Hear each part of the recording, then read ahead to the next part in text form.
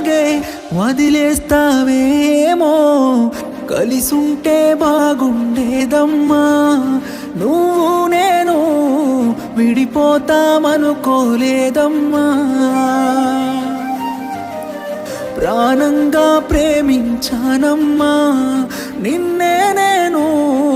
దూరంగా వెళ్ళిపోయావమ్మా